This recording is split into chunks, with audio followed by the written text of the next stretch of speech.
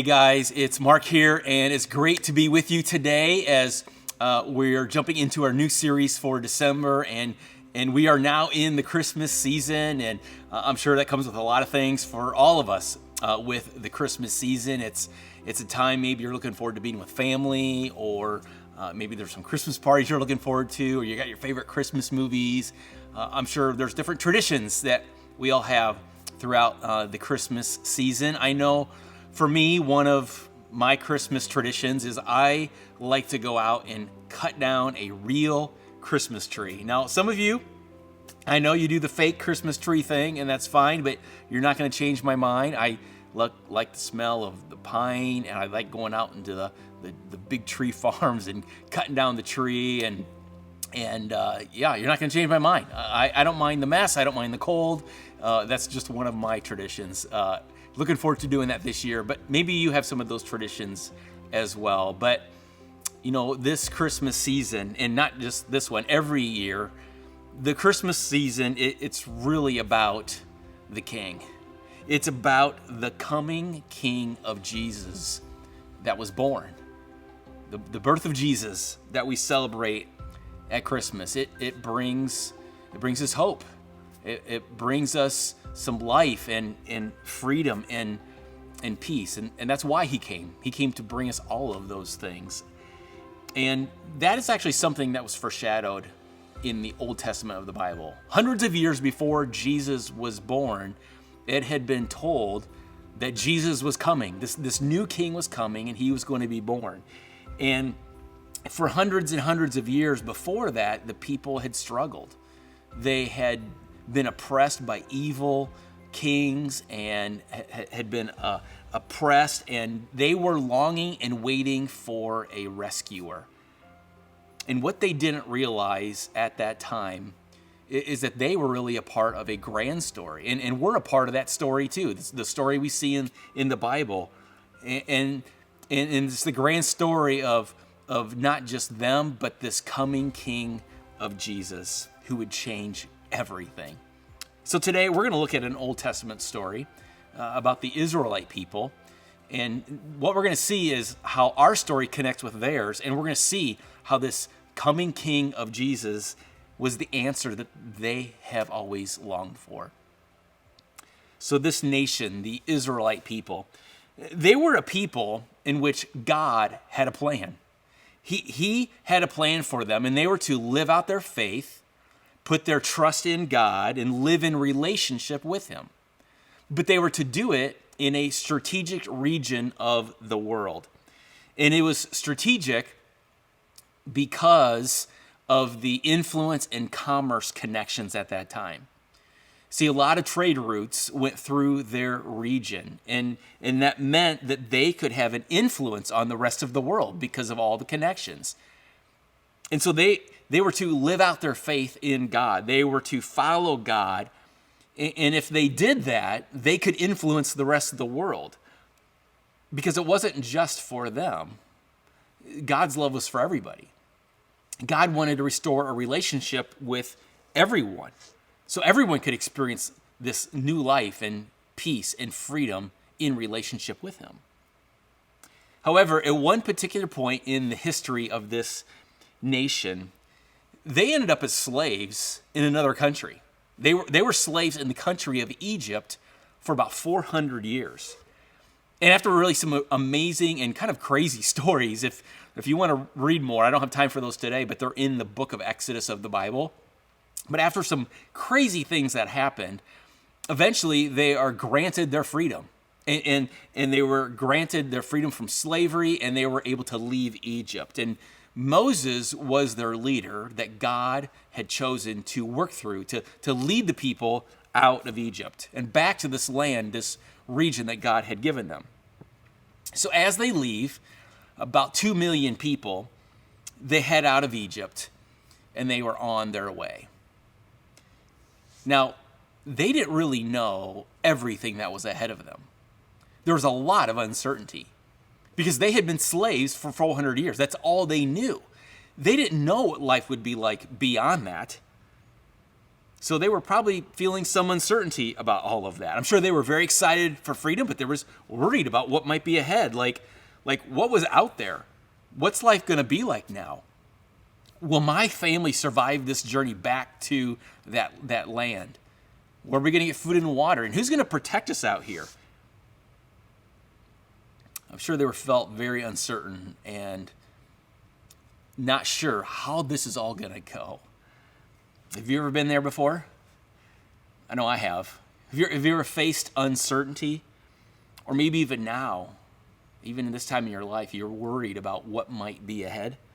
And you not only are thinking about that for yourself, but maybe your family members, or if you have kids. Like, what's out there? What's down the road for us? Or maybe even think about that with your job. Maybe you thought it was going good, but there's some uncertainty in the workplace or in the job you're looking for right now. Or perhaps it's in some of your relationships. Like, where's this relationship going to go? It can feel at times very uncertain. We don't always know how things are going to end up. So as they leave the country of Egypt and they head out to the desert, they set up camp along what's called the Red Sea. It's this large body of water. And it's at this time in the story where Pharaoh, who's the king of Egypt, he and the Egyptians, they realize, wait a minute, we just lost all of our free slave labor. Let's go get them back. Like, what have we done? And so they load the chariots with weapons and this big army, and they go after them. So here the Israelites camped out along the Red Sea, and in the distance, they can see the Egyptian army coming after them. And I'm sure the uncertainty that they were feeling already went from bad to worse. Let's pick up the story now. It's in Exodus 14. Chapter 14, starting in verse 10. It says, as Pharaoh approached, the Israelites looked up, and there were the Egyptians marching after them. They were terrified and cried out to the Lord. They said to Moses, was it because there was no graves in Egypt that you brought us up to the desert to die? What have you done to us by bringing us out of Egypt? Didn't we say to you in Egypt, leave us alone, let us serve the Egyptians? It would have been better for us to serve the Egyptians than to die in the desert. You see, their level of worry went from a level 4 to a level 10 pretty fast. The Egyptian army was pursuing to take them over on one side, and on the other side, they were trapped by the Red Sea. So from that passage, there's a few things going on here. One is they started to complain about their situation.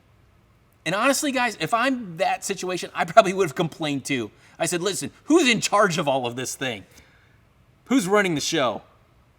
And they actually blame somebody else. They blame Moses for this situation. You're the one that brought us out here to die, they said. What are you going to do about this? Do you know anybody like that? Right? Do you know anyone that maybe they find something to complain about or they blame somebody else when things don't go their way? Or maybe at times it's you, right? Like, I think sometimes when we face worry, when we have some fears, there's some anxiety, when we have uncertainty in our life, sometimes we feel stuck, like there's no way out. And maybe we complain about it, or we blame somebody else for a situation, or maybe we come up with like some really stupid solutions to try to fix the problem ourselves. Again, that's probably what I would have done in the story. I probably would have thought, all right, guys, what are we going to do? Maybe we could swim across the Red Sea and get away. Well, that would have been stupid because it's a big body of water. Everyone would have drowned. And I actually am not a very good swimmer anyway. I remember when I was a kid, I did take swimming lessons, but like I had really nice teenage guys and girls that were my swim teachers. And they said, all right, let's go to the deep end and let's learn how to swim. And I'm like, no way, I'm holding on to the side.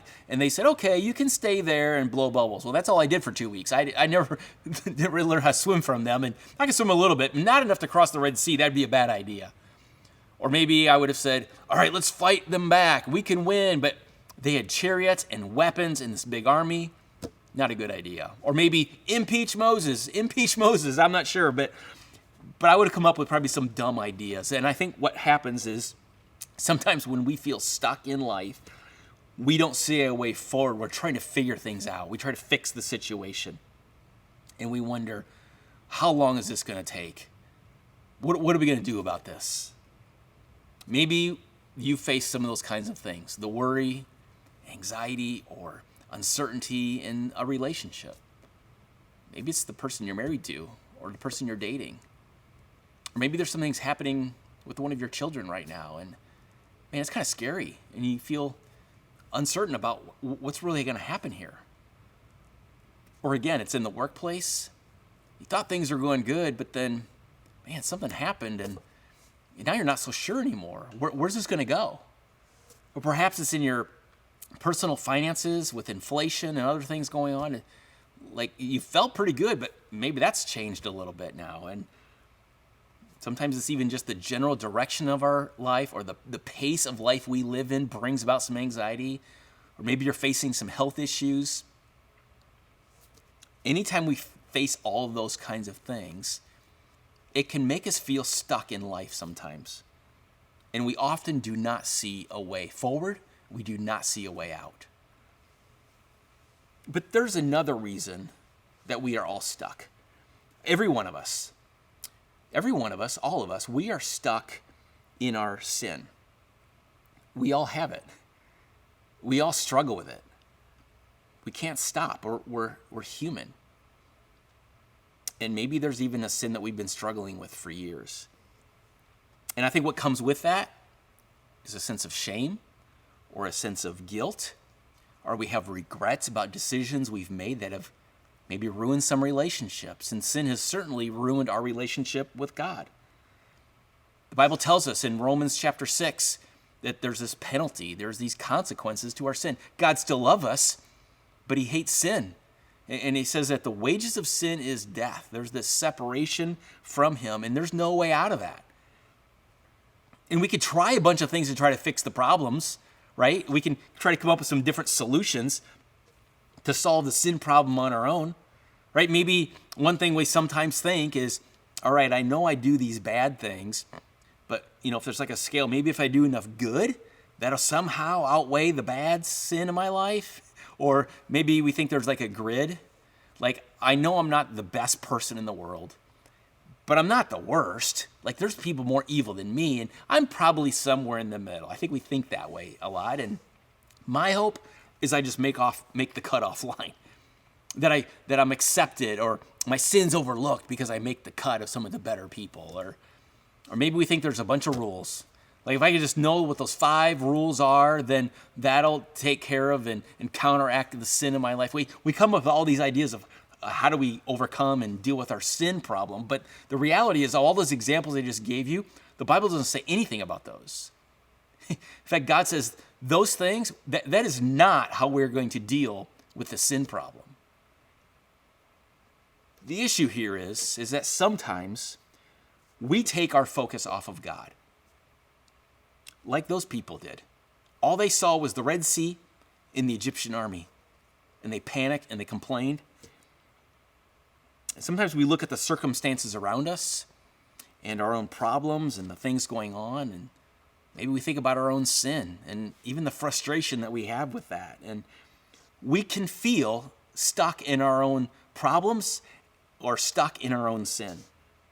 And through all that we face, though, what God wants us to do is to look to him, to put our hope and our trust in him. And sometimes the difficult parts of life or our own sin, it causes us to not trust God. It keeps us from seeing him and what he can do. That's what happened with the Israelites. They only saw the problems and that they were trapped and how they were stuck. They didn't see the possibilities of what God could do. Honestly, if I'm in their situation, if I'm in that scenario, I probably would have too. I'd be, again, trying to draw up some stupid plans to fix the thing, and rather than trusting God to provide a way out, instead of trusting God to provide a way forward. And to be honest, guys, I have my own sin as well. I've got some issues, and there's some things I've struggled with for years, and just when I think I'm making progress, it resurfaces. I hate it, right? And I struggle with it, but sometimes I just think, man, if I just keep trying, if I have a better plan, if I just try harder. But the reality for me and for you as well is there's no way out of our sin. We are stuck. We're human. And just when we think we've overcome one sin, another one is right there ready to tempt us again. None of us are perfect. We know that. But that means we are stuck. We're stuck in a life where there's trials, there's problems, and our own sin. But God provides a way out. God provides a way forward. He provides a way out and a way forward for us, just as he did the Israelites. Let's go back to our story. Exodus 14, starting verse 13. Moses answered the people, "Do not be afraid. Stand firm, and you will see the deliverance the Lord will bring you today. The Egyptians you see today, you will never see again. The Lord will fight for you. You only need to be still." Say, before we talk about the Israelite people, we need to hear and look at those words for us. In our fear or uncertainty, or when we face worries or anxiety and the stuckness of our life and even in our own sin, he says to us, do not be afraid. God will bring you deliverance. He will fight for you. You just need to be still. It's kind of like he's saying, listen, you have no idea what God can do or what God is about to do. So we just need to stop and be still. We need to stop striving on our own and trying to figure things out all by ourselves. Stop trying to fix every situation or fix people around us. Stop trying to control situations and trying to control people around us. Stop worrying. Just stop and be still. God is about to do something. Look to him. Put your trust and your faith in him to provide a way out, to provide the way forward. He does that for you, and he did it for the Israelites. Let me read this last section of this story. It's a little bit long here, but we'll see what God did here. Then Moses stretched out his hand over the sea, and all that night the Lord drove the sea back with a strong east wind and turned it into dry land. The waters were divided, and the Israelites went through the sea on dry ground with a wall of water on their right and on their left. The Egyptians pursued them, and all of Pharaoh's horses and chariots and horsemen followed them into the sea. So then after all the Israelites had crossed the Red Sea and they got to the other side, it picks up in verse 26. Then the Lord said to Moses, "Stretch out your hand over the sea so that the waters may flow back over the Egyptians and their chariots and horsemen." Moses stretched out his hand over the sea, and at daybreak the sea went back into its place. The Egyptians were fleeing toward it, and the Lord swept them into the sea. The water flowed back, covered the chariots and horsemen. The entire army of Pharaoh that had followed the Israelites into the sea, not one of them survived. So after God saves the Israelite people, and they were safe on the other side, lastly, verse 31, it says, when the Israelites saw the mighty hand of the Lord displayed against the Egyptians, the people feared the Lord and put their trust in him and in Moses, their servant. Now, when you hear that story, that sounds kind of crazy, right? Like that story, there's other Old Testament stories where these amazing, crazy things that happen. And really, the waters are parted and they walk through on dry ground. There's water around them. And then when the Egyptians get in there, then the water goes back to destroy them. That sounds crazy, right? And maybe this is another message for another day, but with those almost crazy stories, wild stories we see in the Old Testament, it's like, how did he do that? Maybe a short answer and just a thought for that today is, for me, what helps me is, what do I believe about God? If I believe that God is all-powerful and he can create a universe out of nothing, then he certainly could do this. But let's look at this story. It tells us a few things about God. It tells us that he is the way maker. He provided a way for the Israelites to be saved. And those people, I'm sure, they were still a little scared. It still seemed very uncertain. They were walking through a sea with the walls of water beside them as they're walking through. I think they would have been a little scared, right? But sometimes trusting God and his way forward will still feel uncertain. Sometimes trusting God and his way forward, it will still feel uncertain. But God himself is not uncertain. He loved them, and he loves you, and he fights for you. He provides a way out. He provides a way forward.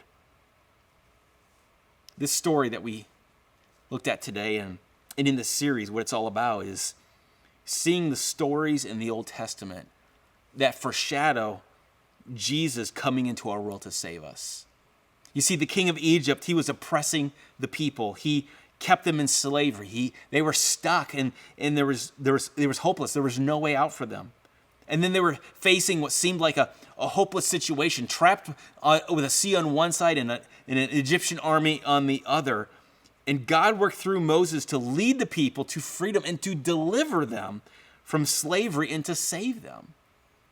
This story foreshadows the coming King of Jesus, who would deliver all people and save all of them from their sin. See, whether we see it or not, we are all stuck. Sin has separated us from God, and we can't resolve that alone. Like the Israelites feeling trapped against the Red Sea with no way out. They couldn't figure it out by themselves. We can't get out of our sin mess all by ourselves. We need a way forward. We need a way maker.